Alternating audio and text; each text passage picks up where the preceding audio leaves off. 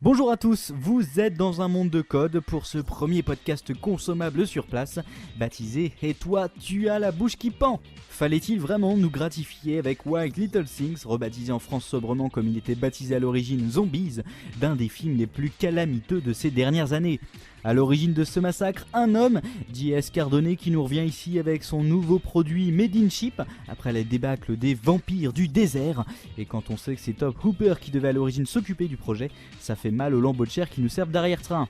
Wild Little Things est le must de l'incohérence, s'offrant un synopsis digne de toute concurrence. Parce que oui, l'histoire d'une mère de famille campée ici par une Laurie Herring ultra pompeuse qui décide de s'installer dans une baraque complètement paumée en pleine forêt au fin fond de la Pennsylvanie, c'était déjà assez surpuissant d'originalité. Néanmoins, ce que la bougresse qui aurait bien besoin de l'émission d'écho de M6 ignore, c'est que depuis 1913, lors de l'éboulement d'une mine, une douzaine d'enfants enterrés vivants hantent les nuits de la forêt. Disponible en format DVD, ce film traite donc d'une excitante malédiction ancestrale dont tout le monde se fout, où des schtroumpfs cradingues viendront s'exciter sur tous les baiseurs champêtres du coin. Attends, tu t'appelles comment? Sarah. Moi c'est Tim. L'idiot c'est Sean et elle c'est Lisa. Salut. Où est-ce que t'habites? Dans la montagne. Tu te fous de ma gueule? T'habites pas chez ces putains de zombies? Quel zombie? Et oui, vous l'aurez compris, car c'est sans doute là la plus grande force du produit incroyablement codé d'un réalisateur sous sédatif. Zombie est sans doute le premier film qui ne compte aucun zombie. On a beau les chercher, on a beau retourner dans tous les sens ces autochtones limite mignons mais fatigants qui ont pour seule passion de tuer des cochons et des promoteurs véreux, il n'y a aucun zombie, ni au sens strict du terme, ni au sens large du terme.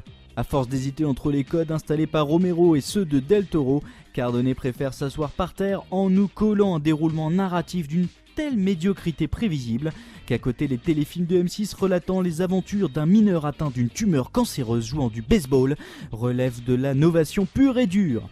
Et dès le début, c'est l'apothéose du n'importe quoi, du gérant du General Store douteux aux piétons non identifiés surgissant de nulle part, qui a pour seul but de faire flipper un spectateur qui en parallèle materait un autre film, celui-là plus réussi. Quel con! Quel con! Hé Emma, je trouve pas ça drôle.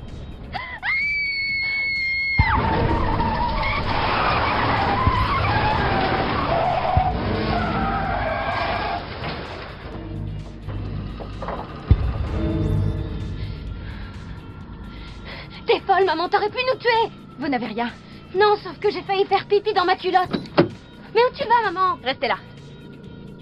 Et c'est justement là que Wild Little Things est le plus catastrophique. Le film ne mène à rien, n'explique rien, et les meurtres en série des enfants du maïs version Zola n'ont aucune explication, si ce n'est de passer pour une branche de la scientologie frustrée de ne pas avoir les moyens de réussir le test. Et pourquoi faut-il que toutes les 2 minutes, Chloé Moretz, qui joue ici la plus jeune fille de la simili-héroïne, se casse dans la forêt quand il fait nuit pour jouer avec une Sadako du pauvre? Pourquoi faut-il qu'à quelques pas d'ici vive un vieux fou dans sa maison campé par Aaron Hanks qui n'a aucune justification scénaristique si ce n'est de ne savoir pas expliquer davantage ce qu'on nous branle depuis déjà 50 minutes? Allez, viens. Ah! Oh mon Dieu! Je suis désolée, on a eu... Enfin... On est perdu et on a trouvé votre porte ouverte. Vous êtes la veuve Tony. Ouais. Je m'appelle Hanks. Tu t'es fait mal, petite fille? D'un ennui mortel, Wild Little Things offre aussi une réalisation d'une simplicité terrifiante, se permettant de rendre des scènes qui se positionnaient sûrement sur le papier pour être des monuments d'effroi, comme des grosses blagues pour débiles, comme en témoigne une attaque totalement navrante et une fois de plus sans raison, des enfants prétendus zombies, d'une voiture où s'éclatent gaiement des adolescents chiants au possible.